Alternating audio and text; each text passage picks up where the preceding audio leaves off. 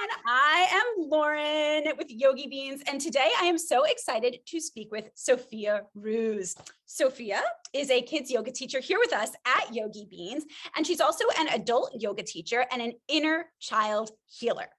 She created her own business, Pina Colada Yoga, where she's a psychic medium who helps people heal their inner child, inner teen, ancestral, and past life programming through tarot, reiki, yoga, and meditation. And I want to just start off by saying I did a tarot session, my first with Sophia on Monday, and it was incredible. And I am not just saying this, we spoke about it prior to recording. I've already seen some shifts in my life. So thank you for that. And I'm so excited to speak with you. So our theme for the month at the Bean Spot is intuition.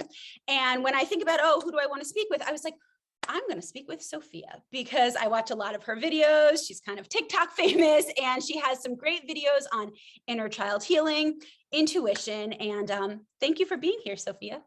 Thank you, Lauren. I'm so happy to be here. I love talking about this stuff. I could have conversations all day about this. It's so fascinating. Well, you are the person to speak with. So my first question for you is kind of a general, broad question, and it's just, what's your overall philosophy on intuition? Yeah, so intuition is really interesting because there are many different ways that you can go about tapping into it.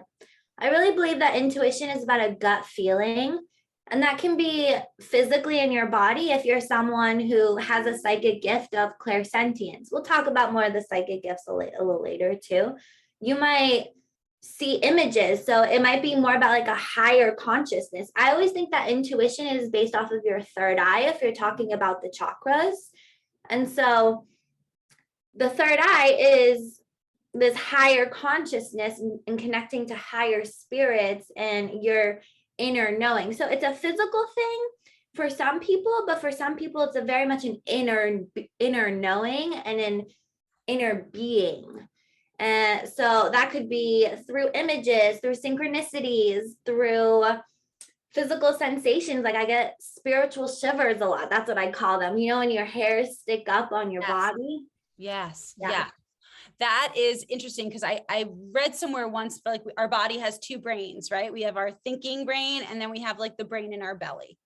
And exactly. I talk with like, and we know like from working with children, a lot of times if children are feeling like they get a lot of their feelings in their belly, you know, that's why we shake our worries out of our belly sometimes. So that's the gut feeling.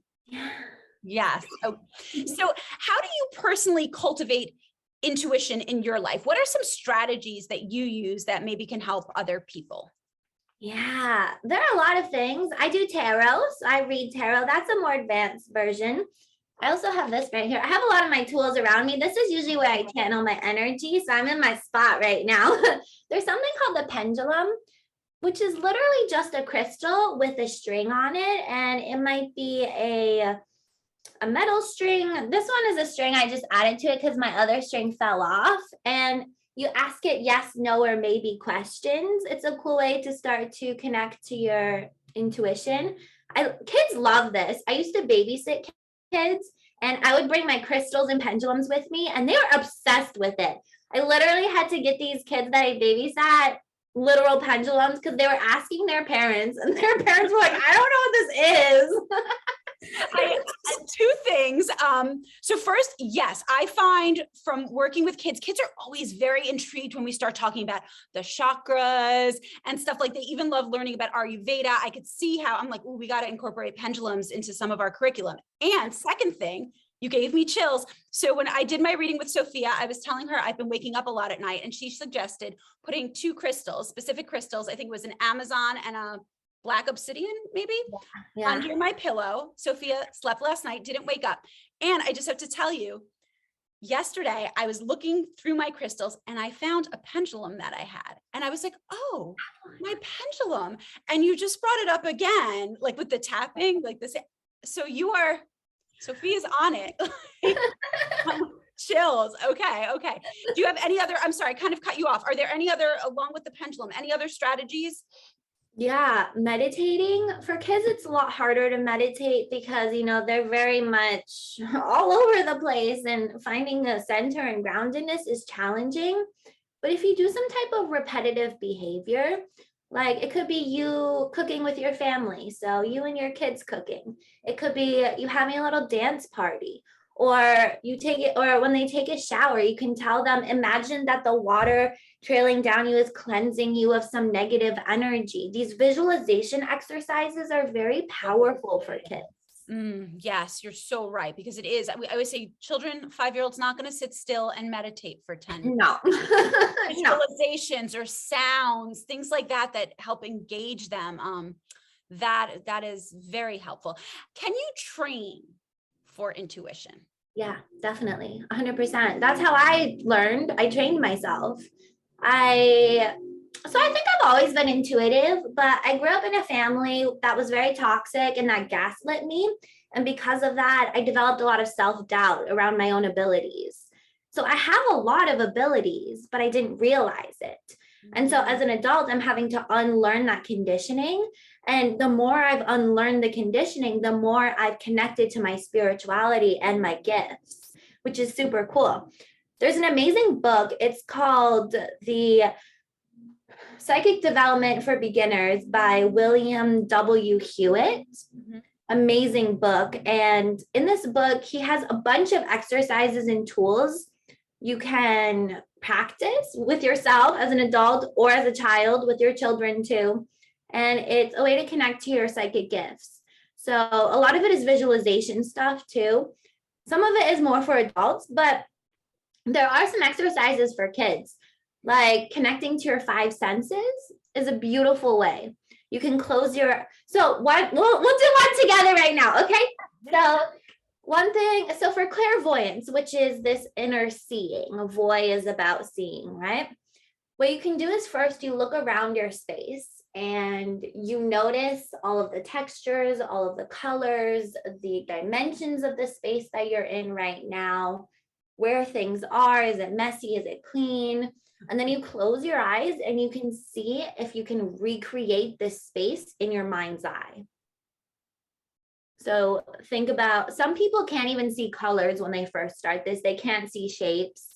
It's about training yourself to visualize the space that you are in with your eyes closed, because this helps you eventually be able to visualize other spirits or other people. So like, for example, I have a whole spirit team and I talk to them through my eyes closed because that's how I meditate.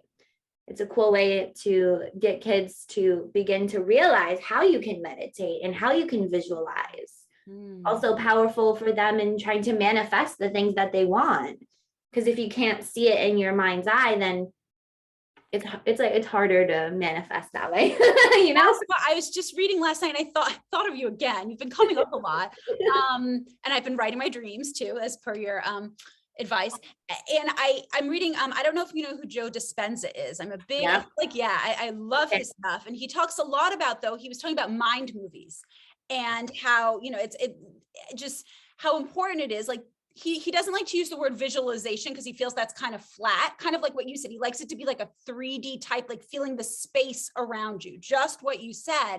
And how that can be done for kids too, just to help in terms of like positivity, manifestation. So very aligned with what you just said and very interesting. And I was gonna say, you were talking about dreams, and I was gonna say, if kids ever dream, if they have a dream, you can write it down in a notebook. And as an adult too, have a little dream journal. I have 3 of them now because I dream all the time. Sometimes I dream 3, 4 dreams in one night, and it helps you. Your dreams is your subconscious talking to you. Right. Or it's spirits talking to you and telling you messages about directions that you need to go in. So it's an important thing. Yes. Yeah. Tell kids to listen to your dreams because they are telling you something. And they like that. Like what you said, like that's such a good idea in terms of like planting the seeds for meditation with children, have them visualize the space and then close their eyes. It can't just be asking them to sit still because they're not going to do that, right? When people say, oh, well, do you teach kids meditation? Yes. It's in a way though that is going to, that's appropriate for them, you know? So I love that idea of asking them to see the space and then close their eyes and see what they can remember. I'm going to start using that. You can do that for any of your senses. For hearing, let them acknowledge, okay, what noises do you hear around you? It might be like our voices. It might be cars outside. It might be the hum of a fan or an air conditioner, very subtle noises, because that helps them get in tune with their clairaudience, which is this inner hearing. Eventually, you'll notice as you get more into your clairaudience that you hear humming in your ears. And that's a spirit trying to communicate to you, but you're on a different frequency. Just like how on a radio, you might notice that, oh, it's a little static, right? If you're not on the perfect frequency. It's the exact same way with the spirit realm. You hear a hum because you're not on the correct frequency. Once you get on the right frequency, you can hear them talk to you. Amazing. Really cool. So in terms of like parents, like you were saying, you babysat and the parents were like, I don't know what a pendulum is, right? Like we kind of are immersed in this world, metaphysical, holistic world. However, for parents that might be like, this is all new to me. Do you have advice, you know, for parents who want their children to tap into their intuition? Yeah, I would tell them to encourage trusting your dreams, encourage whatever impulses that they get, like trust their inner knowing. If kids are telling you something about themselves, trust that. I would even say kids are very in tune with past lives as well. Sometimes, yeah, I'm doing a lot of past life healing with myself. This is my 33rd lifetime. I went to a past life healer, and I'm actually working on becoming trained in a past life healer because I'm Brian Weiss. Yeah, exactly. Yeah. Yeah. And it's fascinating and so cool that kids can be very connected to their past lives because, right, we've been, as adults, we've been here longer on this planet. So we're not as connected, well, not even planet, but this lifetime. You're not as connected to the lifetimes that were before. But if you have a kid that's say age, usually it's like between ages born, well, when they can talk. So whenever the kid starts to talk until about age 6 or 7, there's a lot of past life stuff that comes up during that time. You might hear a kid say, oh yeah, I was this person, and or talking about something so strange. You're like, what are you talking about? This doesn't make sense to me. That could likely be past life. I went to a medium once and she said animals and young children can see spirits. And if a child tells you they see someone, trust them. And I had my daughter once say like, oh, there's like Poppy, my grandfather. And it was like, she's like, he's in the door, which made no sense. And I was like, I guess he's in the door then, because I totally trusted that. So that is really fascinating to me as well. Yes, children are definitely, and what you said, as you were saying that, I'm like, I bet she's going to say age 7 is when it closes off. I took a training years ago and the trainer said something like around age 7, like, again, I don't, she said something like the chakras or something, kind of like they're fully formed or whatever. Like they close off. And you notice with kids, like I'm noticing I have a 6-year-old now, right? They start asking, that's when like kids start questioning, like, you know, what does it mean to die? Or like, is the tooth fairy real? Like, it's like the veil of, which is, you know, because that's what's so magical about childhood. It's magic, right? And I'm always like, you know, my kids ask me, I said, as long as you believe, you know, that then it's real, you know, as long as you have belief in it. But that's interesting that you said that up to like 2 talking, let's say like 2 or 3 to 6 or 7 is when they're most receptive to that. That yeah, makes a lot of it's sense. interesting how you said about the chakras too. I've done research on this because I am an inner child healer. So I like to understand when the chakras develop, and they go through these cycles, right? So from when you're born until age 1, that's the first chakra. 1 to 2, second chakra. 2 to 3, third chakra. 3 to 4, fourth. All the way to the 7th chakra is age 7. And then you start back at the root chakra. So 7 to 8 is the root. And then you start to build as you keep going. It's really cool. There's a whole diagram about this. You can look it up online. I mean, 7 is an auspicious number. Isn't that like to like the Saturn returns? Is that correct? Like every 7 years. So there's something with that lucky number 7, right? Something with that number. I love this type of conversation. People either love it or they're like, oh, that's way out there. I love it. So what is your favorite meditation or mindfulness practice to share with kids to help them develop their intuition? Yeah, I like doing the five senses. That's my favorite thing to do. And it doesn't have to be closing the eyes even. It can be you looking around in the space and noticing the space. Cool. And then noticing the noises. I hear a lot of ambulances outside. So that's something I keep noticing in my space. Yeah. Well, it's interesting you're saying the five senses too, because I know for children or even adults, when they're having like a panic attack, those are grounding exercises, like notice what's around you, notice what you hear. So that makes a lot of sense. Well, also because it is very important to ground yourself and to be grounded when you start to connect to these higher chakras. Because if you focus on your third eye and your crown, which is the sixth and the seventh chakra, if you focus on these without being grounded in your bottom three is about your physical reality. If these are imbalanced and not grounded or blocked, you can develop mental health stuff if you start to work on your psychic gifts and you are not grounded. That makes sense. That definitely makes sense. So in terms of, school and education, do you have any suggestions for how teachers can incorporate the idea of intuition into their classroom, right? We might not think of all the stuff we're talking about, right? Like how can it be incorporated into the class? We obviously believe yes. And I think it's really important. So I'd love to hear from you any tips or suggestions you have. Yeah. The biggest thing I would say is to get kids out of their thinking mind and their head and more into the feeling. So the feeling is your heart center or the feeling of your body. So, right. Or that the belly, the gut feeling, right? So if a kid is coming up to you and saying, I don't feel good, like my stomach hurts, ask them about that. Okay, what's going on? That is your intuition talking to you, telling you, maybe that there is someone in their space that is not being nice to them and they're picking up on that, but they don't have the terminology or the words to communicate that, but their body is communicating it for them. Or maybe they don't feel safe in an environment for some reason. Such a big one. That's such a big one, because like in talking just with like, you start having to talk about strangers and people. And it's like, if someone makes you feel a little weird in your belly, even if you're not sure why, trust that in terms of like helping kids feel safe, right? Is so important. Yeah, exactly. That's good.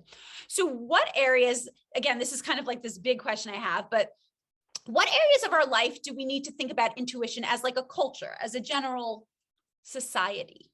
I love this question because right now is Pride Month, right? And I think a big thing around intuition is trusting what people tell you, right? If they tell you that they love a certain person, regardless of what society thinks who we should love, right? If they say, hey, I am gay, I am bisexual, accept that, trust that that is who they are, because otherwise you are denying their self. Your intuition is about you connecting to your truest and highest self.